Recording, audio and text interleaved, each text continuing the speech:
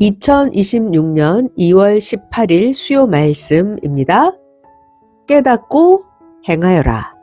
깨닫고 행하여라. 성경 본문입니다. 골로새서 1장 9절에서 12절.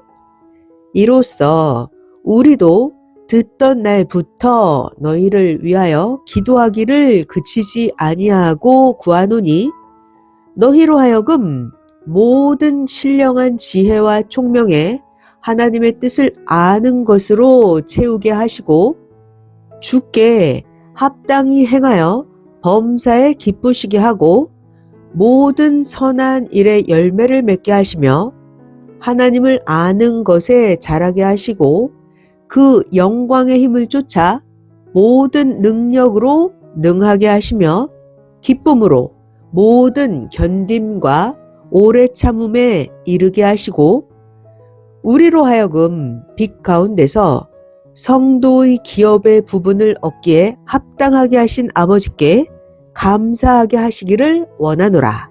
아멘. 할렐루야. 이번 주 주일에는 사람이 거울이다 라는 주제로 말씀했습니다. 사람이 거울이다. 자, 오늘은 사람이 거울이다 이 말씀을 더 확대시켜서 사람이 거울이다를 확대시켜서 깨닫고 행하여라 라는 주제로 말씀하겠습니다. 깨닫고 행하여라. 이 말씀으로 하나님이 여러 가지로 거울을 삼아서 깨닫게 해주시는 것을 배우고 분별해서 행하기를 바랍니다. 깨닫고 행하여라. 자, 여러 가지를 하나님이 거울로 삼아서 여러분들을 깨닫게 해주십니다. 오늘 이 말씀 잘 배우고 분별하고 행하기를 바랍니다. 말씀 시작합니다. 사람은 누구나 살면서 희망의 꿈을 이루려고 합니다. 희망의 꿈을. 그래서 사람들은 몸을 튼튼하게 해서 행하면 쉬우니까 운동도 하고 자기 연단도 하고 연구도 하고 노력도 하고 고생도 하면서 자기 몸을 튼튼하게 만듭니다. 그렇게 해서 자기의 꿈을 이루게 됩니다. 자, 그러니까 사람이 각자 신앙의 희망을 이루기 위해서도 어떻게 해야 돼요? 자기 연단도 하고 건강하도록 운동도 하고 영도 육도 모두 다 전심을 다해야 합니다. 왜요? 하나님이 여러분에게 영원한 희망을 주셨으니까 하나님이 여러분에게 주신 그 영원한 희망을 이루기 위해서 각자 자기 스스로 모든 것을 연구하고 몸도 단련하고 어떻게 해요? 마음과 뜻과 목숨을 다해서 해야 합니다. 하나님이 자기에게 어떤 사명을 주시면 생각을 해봐요. 하나님이 사명을 주셨어요. 그러면 기어이 정령코 그 사명을 이루기 위해서 간구하면서 행해야 합니다. 하나님이 주신 기회를 놓치면 얼마나 손해가 가는지 깨달아야 합니다.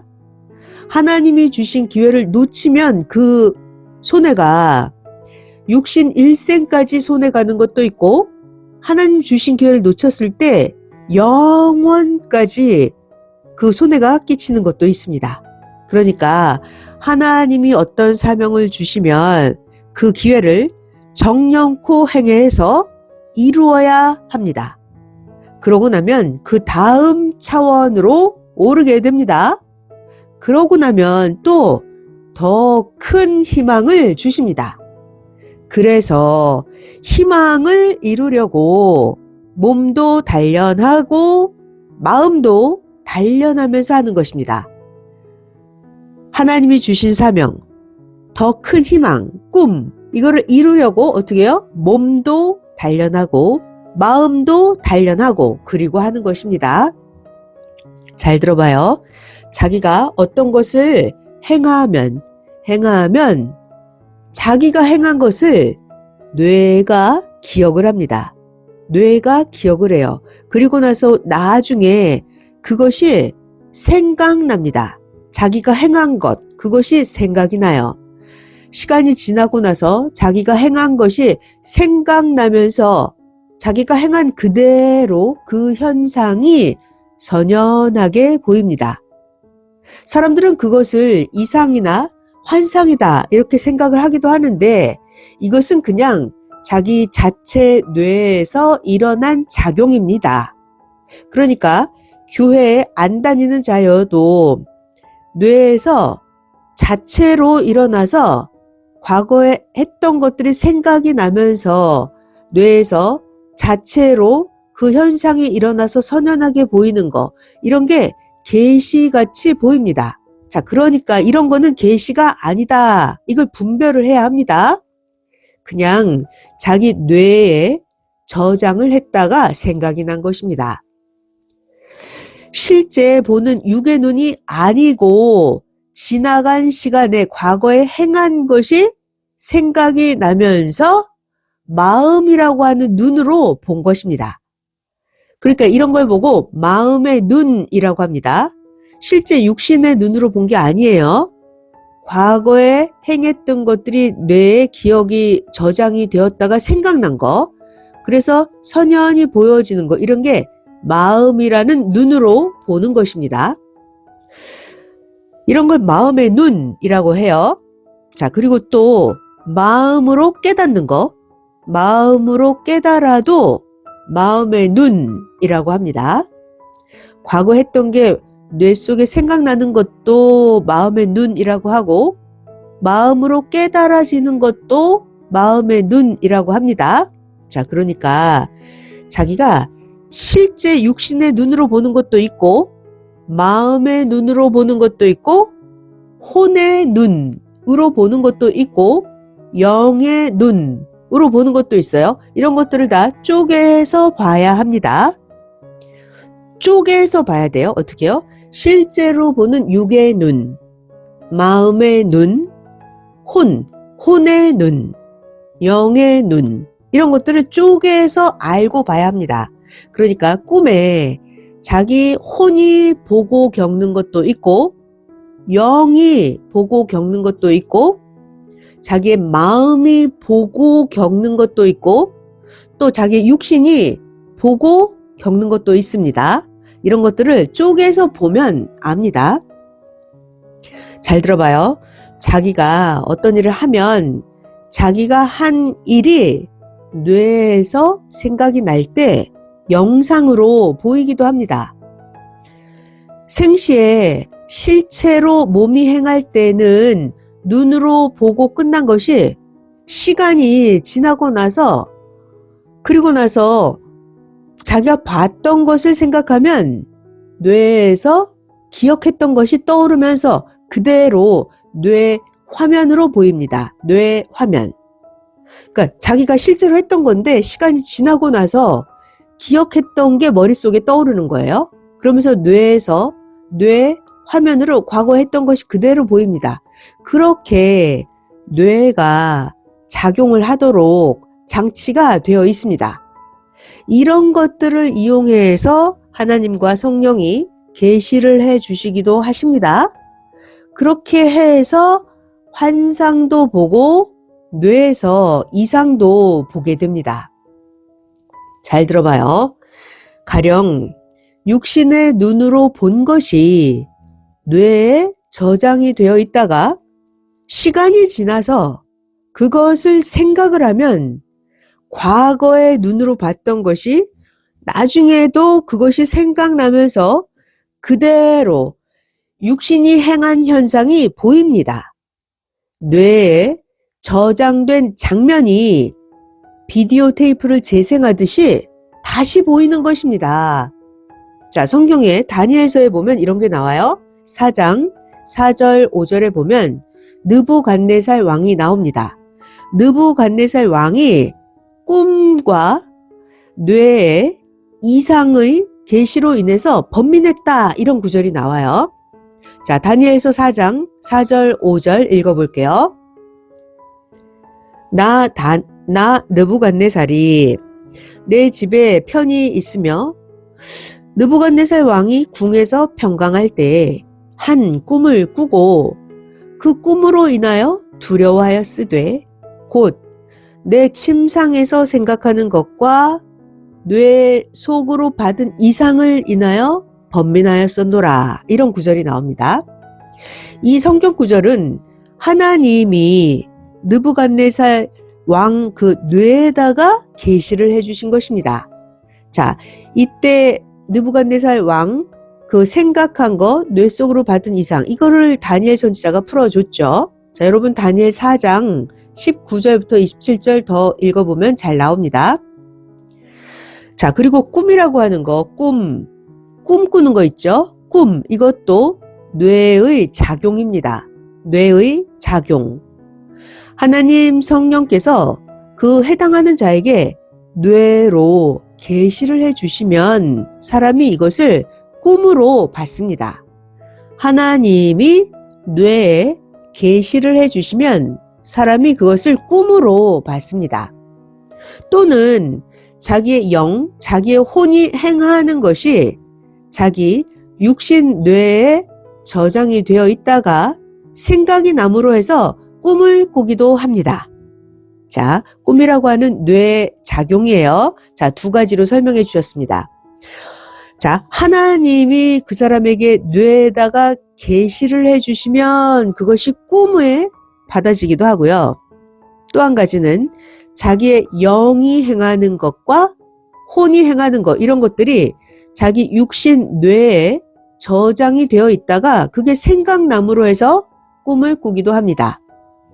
이같이 꿈이라고 하는 것은 각종으로 스스로 꿈을 꾸기도 하고 하나님과 성령이 계시를 해 주셔서 그 계시를 받아서 꿈을 꾸기도 합니다. 자, 그런데 꿈을 꾸었는데 자기가 꿈을 꾸고 나서 이게 계시인지 잡꿈인지 혼돈이 오는 것은 분별을 못해서입니다. 그러니까 자기가 꿈꾸고 나면 쪼개서 잘 봐야 합니다. 자, 사람들이 꿈을 꿨다 이렇게 말하는 걸 보면 보통 4가지입니다. 사람들이 꿈 꾸었다고 하는 거를 분류해 보면 보통은 4가지예요. 자, 첫 번째 꿈꾸는 거, 이런 거 꿈꾸죠. 자기가 생시에 행한 것을 꿈에서 반복합니다. 이건 누구나 다 경험이 있죠. 생시에 행했던 것을 꿈에서 반복하는 거, 꿈에 나와요. 자, 또 사람들이 꿈꾸는 거 두 번째는 자기가 잠을 자면서 뇌에서 생각하는 거예요. 잠자면서 뇌에서 생각하는 거예요. 자, 또 사람들이 꿈꿨다고 하는 거 세 번째는 자기의 혼계에서 활동하는 거, 이것이 뇌에 저장이 돼서 꿈이 됩니다. 혼이 혼계에서 활동하는 거. 자, 그리고 또 사람들이 꿈꿨다고 하는 거는 4번째는 자기 영의 활동을 하는 거예요. 그게 뇌에 저장된 겁니다. 자, 이렇게 사람이 꿈꿨다고 말하는 걸 보면 4가지인데 자기가 생시에 행한 것을 꿈꾸기도 하고 잠자면서 뇌에서 생각하는 것도 꿈으로 나오고 혼이 혼계에서 활동하는 것도 꿈으로 나오기도 하고 영의 활동을 한 게 꿈으로 나오기도 합니다. 이런 것들을 보고 사람들은 꿈꿨다라고 합니다. 그러니까 이렇게 나누어서 쪼개서 봐야 합니다. 하나님은 그 사람에게 합당한 대로 계시해 주십니다. 그 사람에게 합당한 대로 계시를 해 주십니다. 잘 들어보세요. 선생님이 꿈을 꿨어요. 선생님 꿈에 보니까 선생의 혼이 선생의 영을 보고 있었어요. 그랬더니 선생의 영은 하늘나라에 있었고 선생의 육신은 잠을 자고 있었습니다. 자, 또 자세히 꿈속에서 보니까 선생의 육체, 혼체, 선생의 영체가 각각 얼굴도 다르고 몸의 형상도 다르고 육체, 혼체, 영체가 모양도 다르고 옷 입는 것도 다르고 행위도 달랐습니다. 자, 그러니까 이렇게 꿈에서 보는 것도 육체, 혼체, 영체도 쪼개서 봐야 한다는 것입니다. 자, 그래서 우리들이 하나님이 어떻게 창조하셨는지를 배워야 합니다. 하나님이 뇌, 생각, 눈, 지체들 이런 것들을 어떻게 창조하셨는지를 배워야 합니다. 하나님이 창조하신 대로 쓰십니다. 자, 뇌는 육체의 각종으로 쓰입니다. 그리고 또 뇌는 자, 우리가 눈으로 본 것이 뇌에 저장이 되면 자기가 생각했을 때 다시 생각나죠? 그러면서 그것과 연관된 행한 것이 영화처럼 보입니다. 기억이 떠올라요. 자, 이것이 뇌예요. 뇌. 하나님이 뇌를 그렇게 창조하셨습니다. 자, 그리고 또 꿈에서 육신의 뇌로 생각한 거, 영으로 행한 거, 혼으로 행한 것을 보면 그것이 육신 뇌에 모두 저장되어 있다가 생시에도 또 기억이 납니다. 자, 자기가 꿈을 꾸면서 육신의 뇌로 생각했던 것이 보이기도 하고 꿈속에서 영이 행한 거 또는 혼이 행한 것이 꿈속에서 보입니다. 이런 것들이 자기 육신 뇌에 저장이 되어 있다가 생시에도 기억이 나는 거예요. 자, 그러니까 육계 쪽의 일도 그러하고 영계 쪽의 것도 뇌에 저장이 되어 있다가 기억나게 합니다. 그죠? 육신, 우리가 낮에 행동했던 것들이 저장되어 있다가 꿈속에 나타나기도 하죠. 자기 혼이나 영이 혼계, 영계에서 행했던 것들이 뇌에 저장되어 있다가 꿈에 나타나기도 합니다. 자, 이렇게 우리의 뇌가 육계 쪽이나 영계 쪽이나 뇌가 저장을 하고 있다가 기억나게 합니다. 뇌가 저장을 해요. 자, 그리고 자기 육신의 눈으로 못 보는 것을 어떻게 하죠? 뇌가 마음의 눈으로 봅니다. 육신의 눈으로 못 보는 거. 그러니까 우리가 과거에 행했던 것들을 육신의 눈으로 다시 볼 수는 없잖아요. 그런데 육신의 눈으로 못 보는 것을 뇌가 마음의 눈으로 과거에 행했던 것을 보는 것입니다. 그게 바로 뇌 카메라예요. 뇌 카메라. 뇌 카메라. 마음의 눈으로 보는 것입니다. 이렇게 우리의 뇌라고 하는 것이 영적인 것, 육적인 것 모두 다 반사시켜서 화면으로 보이기도 하고 어느 때는 화면이 없이 그냥 생각만 나게도 해줍니다. 정말 우리의 뇌는 엄청나게 신비해요. 뇌는 육적인 것만 저장하는 게 아니라 영계에 있었던 활동도 다 저장을 해놨다가 반사시켜서 화면으로 뇌가 보여주기도 하고 화면이 없이 생각만 나게 해주기도 해요. 하나님이 뇌를 이렇게 창조하셨습니다. 그래서 하나님이 우리들에게 전할 계시가 있을 때는 자, 하나님이 우리에게 계시를 보내시고 싶으시면 이렇게 합니다. 마치 사람들이 서로 메일 보내잖아요. 메일. 한 메일, 네이버닷컴 이렇게 메일 보내는 것처럼 하나님이 우리 각자의 뇌에다가 이메일을 보내주십니다. 그것이 꿈에서 우리가 꿈꿀 때 현상으로 보입니다. 또는 하나님이 계시를 보내실 때는 우리의 혼이 겪게 하시기도 하고 영이 겪게 하시기도 합니다. 자, 그러니까 우리가 각자가 가지고 있는 뇌의 작용, 뇌의 구조 이런 걸 배워야 돼요. 뇌의 작용, 뇌 구조 배워야 합니다. 자, 우리가 가지고 있는 뇌는 무한한 것을 저장합니다. 자, 여러분 가지고 있는 이런 엄청난 뇌를 써야 합니다. 그러니까 육적인 뇌를 영적인 뇌로 개발을 해서 써야 돼요. 육적인 뇌를 영적인 뇌로 개발해서 쓰면 어마어마하고 무한합니다. 자, 잘 들어봐요. 하나님이 온 인류에게 80억 명 온 인류에게 계시하시는 방법을 가르쳐 주겠습니다. 자, 하나님이 여러분에게 계시를 주실 때 어떻게 하실까요? 바로 뇌에다가 계시를 보내십니다. 뇌에다가 생각나게 해주십니다. 뇌에다가 계시를 보내십니다. 자, 생각나게 해주는 거, 이런 계시는 생각의 계시 혹은 현상의 계시 등이 있습니다. 생각의 계시, 현상의 계시. 자, 또 하나님이 여러분에게 계시를 보내실 때는 어떡하냐? 생시에 생활 속에서 일어나는 현상을 어떤 만물로 보여서 계시해 주시면서 깨닫게 해 주십니다. 자, 실제 생활 속에서, 생시에서 여러분이 생활하는 그 속에서 일어나는 어떤 현상을 보면서 만물을 보여주시면서 계시를 주시는 거예요. 그리고 깨닫게 하십니다. 깨닫게 하세요. 이렇게 계시를 주십니다.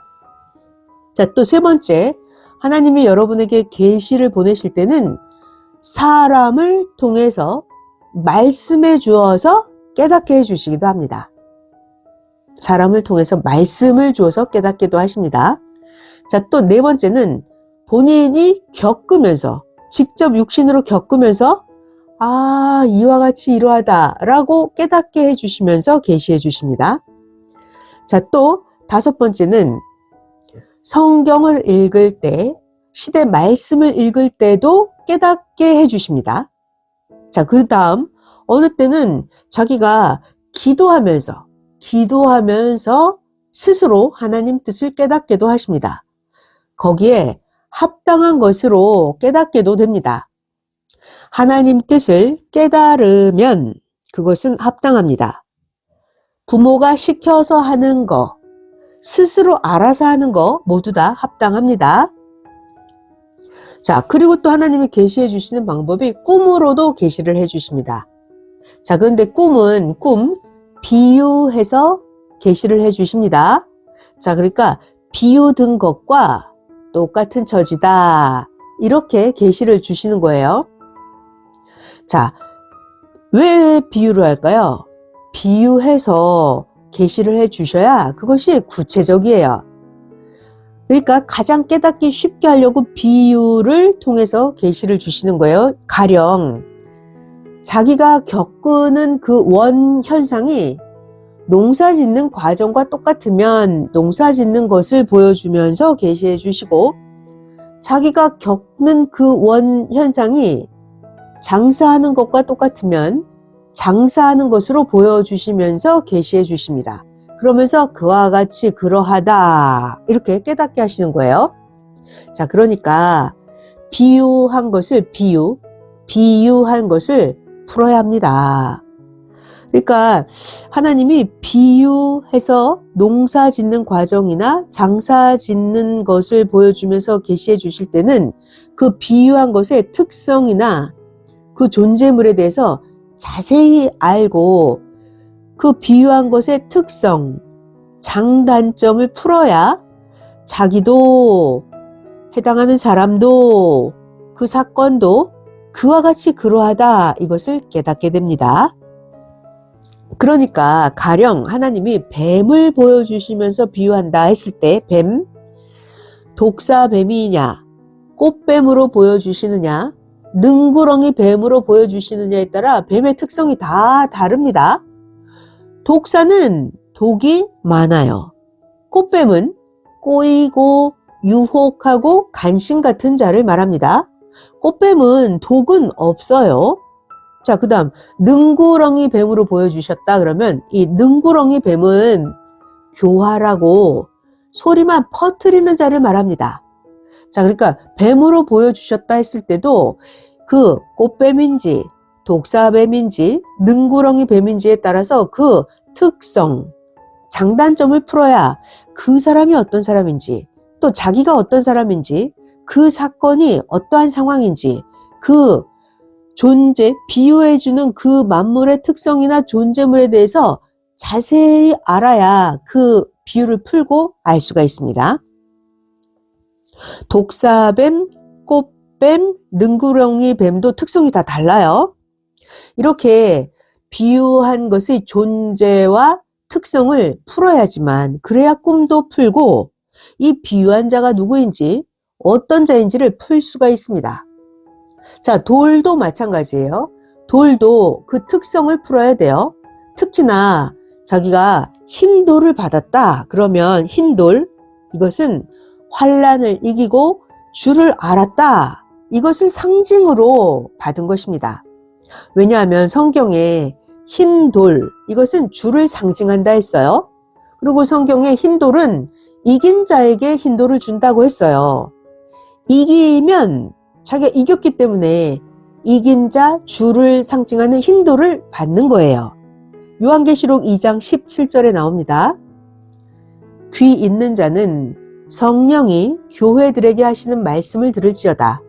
이기는 그에게는 내가 감추었던 만나를 주고 또 흰 돌을 줄 터인데 그 흰 돌 위에 새 이름을 기록한 것이 있나니 흰 돌을 받는 자 밖에는 그 이름을 알 사람이 없느니라.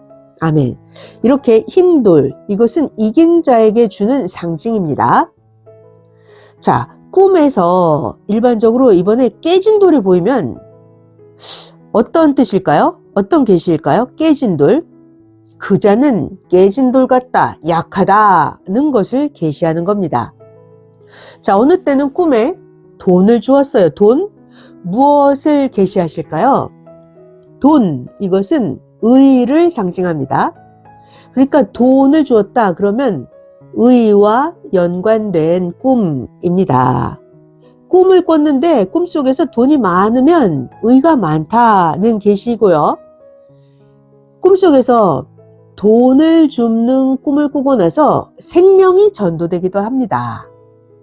자, 그리고 꿈에 보면 옷을 입고 다니는데 꿈속에서 자기가 헤어진 옷을 입었는지, 더러운 옷을 입었는지, 깨끗한 옷을 입었는지 이런 것들이 자기 육신의 행실을 보여주는 것입니다. 옷은 육신의 행실을 보여주는 거예요. 요한계시록에서 옷, 이것은 자기의 행위라고 했어요. 깨끗한 옷, 성도의 옳은 행실을 계시하는 것입니다. 요한계시록 19장 8절 읽어볼게요. 그에게 허락하사 빛나고 깨끗한 세마포를 입게 하셨은즉 이 세마포는 성도들의 옳은 행실이로다 하더라. 요한계시록 3장 4절 5절 읽어볼게요. 그러나 사대에 그 옷을 더럽히지 아니한 자 몇 명이 너에게 있어 흰옷을 입고 나와 함께 다니리니 그들은 합당한 자인 연고라. 이기는 자는, 잘 들어요. 이기는 자는 이와 같이 흰옷을 입을 것이요 내가 그 이름을 생명책에서 반드시 흐리지 아니하고 그 이름을 내 아버지 앞과 그 천사들 앞에서 시인하리라. 아멘. 이렇게 세마포, 성도들의 옳은 행실이라 하였고요. 이기는 자는 흰옷을 입는다 하셨어요. 자, 그런데 꿈에 봤더니 옷이 더럽다. 이것은 자기의 행실 혹은 자기의 마음을 보여주는 것입니다. 그러니까 행실, 자기 행실 따라서 자기의 영이 옷을 입습니다. 자기의 마음과 행실이 깨끗하면 영이 깨끗한 옷을 입고 자기의 마음이 더럽고 행실이 더러운 자는 자기의 영이 더러운 옷을 입어요. 자, 그리고 꿈을 꿨는데 꿈에 만약에 논에 곡식 농사가 잘 되는 게 보이는 꿈도 있고 꿈속에서 논에 농사가 아주 잘 안 되는 걸 보여주는 꿈도 있죠. 자, 이런 거는 섭리사를 보여주시거나 자기를 보여주시는 것입니다. 자, 또 꿈속에서 황소, 암소, 숫소 등 각종 동물을 보여주시는 것도 사람을 보여주시는 것입니다. 사람이 있는데 그 사람의 행위에 따라서 그 사람을 그 짐승으로 행위를 보여주시는 계시입니다. 고양이같이 생긴 자는 그렇게도 알랑댑니다. 자, 성격이 고양이같이 잘 핥히고 얕게 행동을 합니다. 자, 그리고 꿈속에서 또 그 밖에 특이한 동물들에는 호랑이, 사자, 양, 염소, 뱀 등등 있습니다. 야곱의 12아들들이 그랬습니다. 야곱의 12아들들이 그 성격과 생각에 따라서 별호를 지어줬습니다. 12아들들이 다 다르니까 서로 하나가 안 되어서 요셉으로 나중에 하나가 됐습니다. 너무나 다 다르니까 하나가 잘 안 돼요. 그러다가 나중에 요셉으로 하나가 되었죠. 요셉이 사라졌을 때는 형제들이 하나가 되지 않았어요. 왜냐? 요셉, 화평의 주인이 없어져서 요셉의 가정이 외롭고 쓸쓸하게 되었죠. 요셉이 없어지고 나서는 요셉의 가정이 아주 적막한 고독한 가정이 되고 말았어요. 요셉의 아버지 야곱도 요셉이 사라져버려서 야곱이 기쁨이 없고 희망이 없고 다른 모든 자녀에게도 힘없이 대했습니다. 자, 그리고 요셉의 엄마가 죽으면서 낳은 그 베냐민도 평화롭지 못했어요. 야곱의 아들, 딸들이 낙이 없어서 이상세계가 깨져버렸습니다. 요셉이 사라졌기 때문이에요. 화평의 주인 요셉이 없어졌으니 그 가정이 아주 적막하고 고독하고 쓸쓸해진 거였습니다. 똑같아요. 이와 같이 오늘날 이 시대도 이 시대가 하나님이 보낸 자, 평화의 상징자에게 이렇게 고통을 주면 고통을 준 자와 그 민족이 고통에 처해서 희망이 깨져서 살게 됩니다. 자, 오늘날 현 시대, 지금 2023년 전후 시대를 잘 봐봐요. 표상자를 대하는 대로 전능자 하나님이 얼마나 심판하고 행하시는지 잘 봐보기 바랍니다. 하나님이 두렵게 대하고 계십니다. 성경에 2000년 전에도 평화의 왕인 예수님이 십자가를 지고 가시고 나니까 이스라엘 민족이 어떻게 됐어요? 예수님이 십자가 지시고 나니까 이스라엘 민족은 쓸쓸하고 냉랭하고 분쟁과 싸움이 계속됐습니다. 예수님이 십자가에 돌아가시고 나서 이스라엘 민족은 하나님과 멀어지게 됐습니다. 하나님이 가까이에 계시다가 떠나셨어요. 자, 그리고 나서 예수님을 진짜로 알고 예수님을 진짜 믿고 살았던 그 자들만 이상세계를 이루면서 살아가게 되었습니다. 반면에 유대 종교 율법자들은 평화가 깨져버렸어요. 유대 종교 율법자들은 곤고와 허물로 죄값을 무섭게 받기 시작을 했습니다. 요셉의 가정도 그랬죠. 요셉이 떠나고 난 그 야곱의 가정은 요셉과 배가 다른 10명의 아들들은 뜻없이 육적으로만 그냥 살아갔습니다. 요셉이 그 야곱의 가정과 떨어졌을 그때부터 하나님이 그 요셉의 가정에, 야곱의 가정에 곤고를, 괴로움을 겪게 하심으로 그 형벌 기간이 시작되었던 것입니다. 그리고 나서 요셉이 옥살이를 했지만 요셉이 총리 대신이 되고 나서 다시 모두 다 만나서 회개를 하게 되었습니다. 결국은 애굽의 바로 왕이 애굽의 한쪽 땅을 그 야곱의 모든 가족에게 주어서 거기에서 목축하면서 살게 되었습니다. 요셉이 총리가 되고 나서야 그 명성이 최고로 빛이 났습니다. 자, 그러니까 이런 것처럼 반드시 때가 와야 합니다. 요셉이 총리 대신이 되는 때가 왔던 것처럼 오늘날 이 시대도 때가 와야 합니다. 어느 시대건 마찬가지예요. 때가 와야 돼요. 때가 와야 아무리 억울하고 힘들었었어도 그 과정도 결국은 하나님의 뜻으로 사는 것이니까 요셉이 어떤 어려움이 있더라도 그 모든 것을 하나님의 뜻을 이루는 삶이 되었던 것입니다. 결국은 요셉이 총리 대신이 될 때까지,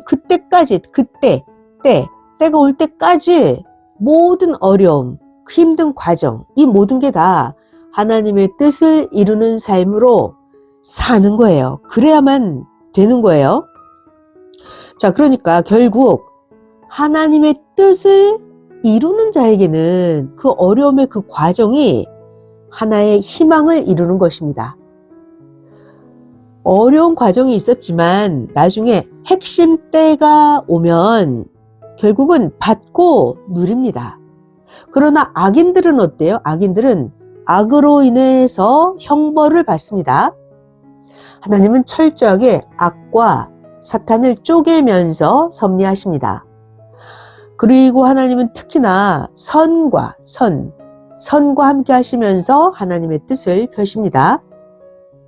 잘 들어봐요. 이상세계가 왔는데도, 이상세계를 이루는데도 예수님이 이 땅에 태어나셔서 복음을 전하셨던 그 시대에 예수님은 땅에 이상세계를 이루셨죠. 이렇게 땅에서 이상세계를 이루어도 이상세계 새 역사에 오지 않은 자는 모릅니다.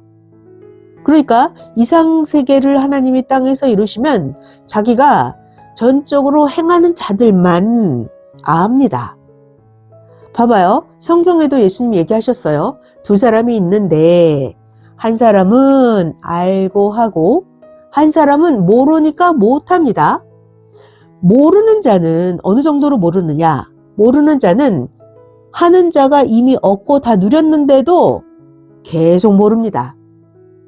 마태복음 24장에 있어요. 41절 두 여자가 매를 갈고 있음에 하나는 데려감을 당하고 하나는 버려둠을 당할 것이니라 하셨죠.